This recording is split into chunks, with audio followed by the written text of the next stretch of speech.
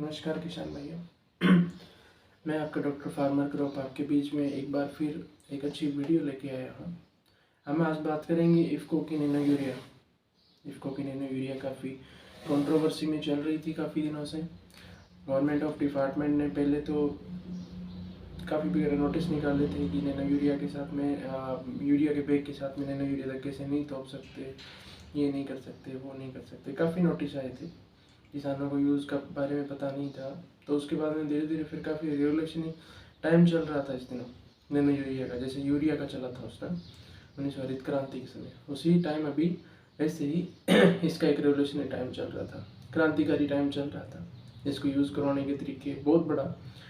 तो इसमें क्या रहता है कि जब स्टार्टिंग में नैनो यूरिया आई थी तो इसको प्रमोट किया गया था, एक बैग एक बोतल एक नैनो यूरिया। कहने का मतलब जो ये एक बोतल है वो एक नैनो यूरिया की बोतल है, वो एक यूरिया के बैग के बराबर है, ठीक है, ये बोल के प्रमोट कर रही थी इसको। उसके बाद में धीरे धीरे जैसे गवर्नमेंट शो करने लगी इसके दोबारा, तो अभी प्रेजेंट टाइम में अच्छे लेवल पे नैनो यूरिया चल रही है और बहुत शानदार इसके रिजल्ट आ रहे हैं। तो बेसिकली हम बात करेंगे नैनो यूरिया का जन्म कहाँ से हुआ, क्या है नैनो यूरिया, क्यों है क्यों, क्या है, इस पे बात करेंगे। नैनो यूरिया हमारे दीपक जी एक नाम के साइंटिस्ट हैं जो भोपालगढ़ जोधपुर राजस्थान से आते हैं। उन्होंने क्या है कि नैनो टेक्नोलॉजी पर रिसर्च चल रही है उनकी, उन्होंने ये नैनो यूरिया तैयार की है, ठीक है। उनके काफ़ी प्रोजेक्ट चल रहे हैं, nano urea, nano DAP, nano zinc, nano sulphur, nano copper, काफ़ी प्रोडक्ट चल रहा है प्रोजेक्ट चल रहे हैं, जिसमें से ये एक सक्सेसफुली रहा है और आने वाले टाइम में अभी वो भी अदर प्रोडक्ट भी मार्केट में।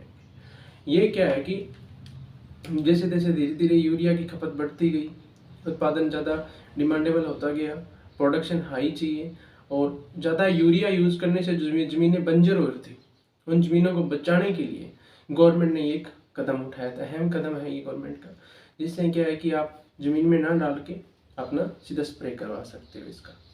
ये उन जगह सबसे बहुत अच्छे रिजल्ट है जहाँ पे ड्राई लैंड है, मतलब सूखा एरिया है, जहाँ पे बारिश भी नहीं हो रही है, जहाँ पे पानी देने की संभावना, पानी की कमी है, जहाँ पे पौधों में बढ़वार नहीं आती है, जहाँ पे ज़मीन में पानी रोकने की क्षमता नहीं है, और जहाँ पे बेसिकली ज़मीन में माइक्रो न्यूट्रिएंट बिल्कुल भी नहीं है, उनके लिए सबसे बेस्ट ये रहता है ताकि पत्तों पे डायरेक्ट पड़े और उसका अच्छा रिजल्ट आए, ये रहता है। अब बात करते हैं नैनो यूरिया का मैन्युफैक्चरिंग क्या है। ये मैन्युफैक्चरिंग मतलब कैसे बनी हुई है ये। इसमें क्या है कि इसका जो साइज़ है 20 से 50 NM, कहने का मतलब एक जो NM है उसमें 1 mm में 10,000 NM होता है। कहने का मतलब इतना इसे बारीक तोड़ा गया, बहुत बारीक तोड़ा गया है, जिससे कि ये पौधे की डायरेक्ट पत्तियों से सीधा सोख लिया जाता है। इसमें जो नैनो टेक्नोलॉजी के कहने का मतलब भाई इसका जो न्यूट्रिएंट्स है उनको बहुत बारीक तरीके से तोड़ा गया है। इसको बहुत बारीक तरीके से तोड़ने की वजह से जो स्टोमा होते हैं उनकी जाइलम पत्तियों के द्वारा सीधा ले लीजिए और फ्लोएम के द्वारा डायरेक्ट पूरे स्टेम में, पूरे पौधे में ये न्यूट्रिएंट के रूप में चला जाता है। अब इसका क्या है कि इसमें इसकी एक एबिलिटी भी है, ये कम से कम अपने आप को उस पौधे में जब जरूरत चाहिए उसी हिसाब से पौधे को ये न्यूट्रिएंट देते हैं, ये खुद सप्लाई करवाता है उसी हिसाब से। जैसे उसमें कमी दिखी तो अब खुद ही रिलीज करेगा, अंदर जाने का खुद रिलीज करेगा यूरिया, लंबे टाइम तक चलेगा। एक बार में रिजल्ट नहीं, एक बार डाला फिर 2 बार, कल खत्म हो गया दोबारा डाला, ऐसा कुछ नहीं। इसका लंबे टाइम तक पौधे में स्टोर रहेगा और लंबे टाइम तक पौधे में रिजल्ट आएगा। जो फर्स्ट टाइम नैनो यूरिया आई थी उसमें थोड़ी दिक्कतें थी। उसमें क्या था कि पत्तियों पे पड़ने के बाद में ही अगर रिजल्ट रहता, अगर पौधे के तने पे चली गई तो वो बेकार चली जाती। लेकिन ये अभी सेकेंडरी नैनो यूरिया आई है, उसका बेस्ट ये एडवांटेज है, अगर वह पौधे की पत्तियों पे पड़ती है, पौधे के तने पे पड़ती है या ज़मीन में चली जाती है जड़ के पास पे, तो वो कहीं से भी पौधा ऑब्जॉर्ब करेगा उसको और लेके डायरेक्ट उसमें पत्तियों में आके भोजन के रूप में यूज़ होगा। पहले जो नैनो यूरिया थी स्टार्टिंग में फर्स्ट टाइम जो पहला मैन्युफैक्चरिंग था उसमें थोड़ी प्रॉब्लम थी। सेकंड जो अभी आई है उसके अंदर शानदार रिजल्ट है इसका, बहुत अच्छा। पौधे की पत्तियों पे पड़े, स्टेम पे पड़े, ज़मीन में चली जाती है, को नो डाउट शानदार रिजल्ट रहेगा इसका, बहुत अच्छा रिजल्ट रह रहा है प्रेजेंट टाइम में। अब दूसरा इसका बात करते हैं, इसका काम करने का तरीका कैसे है, काम करने का तरीका कैसे है, यूज़ करने का तरीका कैसे है। काम करने के तरीके पे तो बात हुई, यूज़ करने का तरीका कैसे है।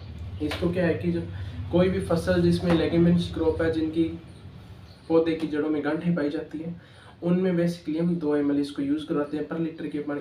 और जिसमें गांठें नहीं पाई जाती हैं, जो ग्रेमिनी कुल की आ गई या अदरवाइज और कुल की आती है, उसमें 3 से 4 ml इसका यूज़ रहता है। जैसे गेहूँ की बात करें तो कम से कम 3 से 4 ml इसका यूज़ लेना चाहिए।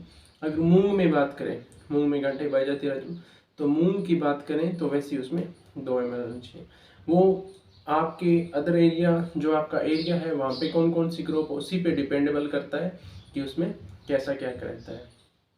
दूसरा ये रहता है कि 2 ml से 4 ml के बीच में इसका यूज़ करना चाहिए।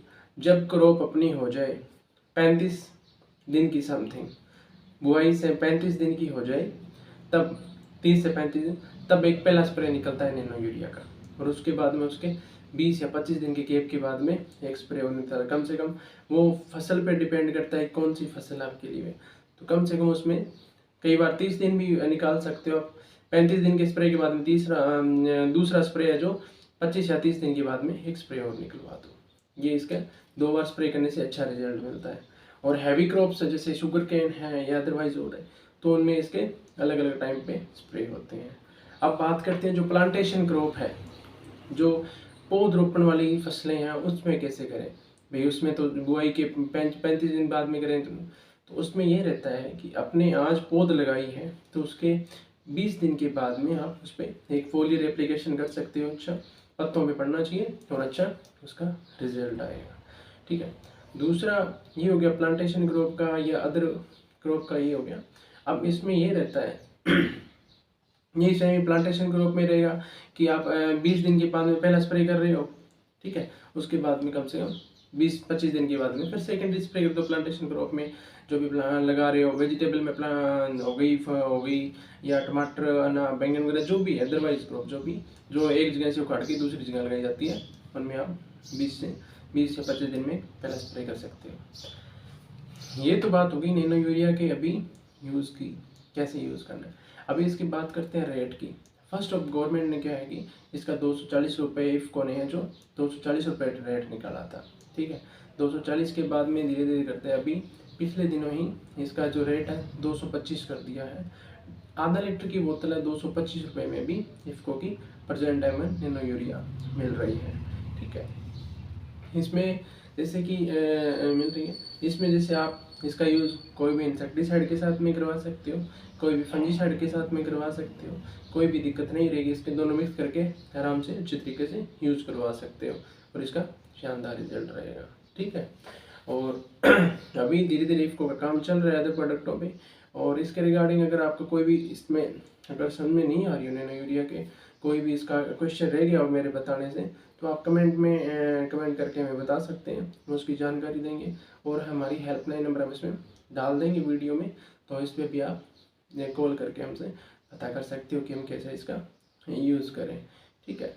और जो सबसे बड़ी समस्या एक जो आ रही है एप्लीकेशन की, तो वो अभी गवर्नमेंट स्टार्ट कर रही है अलग अलग कोऑपरेटिव सोसाइटियों में इसको ड्रोन भी उपलब्ध कराने की कोशिश कर रही है। तो हो सके आने वाले टाइम में ड्रोन से भी इसका स्प्रे हो, लेकिन बेस्ट है ये, सबसे बेस्ट है प्रेजेंट टाइम में। बहुत अच्छा रिजल्ट आ रहा है इसका, जल्दी रिजल्ट, तुरंत रिजल्ट के लिए अपने यूरिया सबसे बेस्ट रह रहा है प्रेजेंट टाइम। धन्यवाद किसान भाई।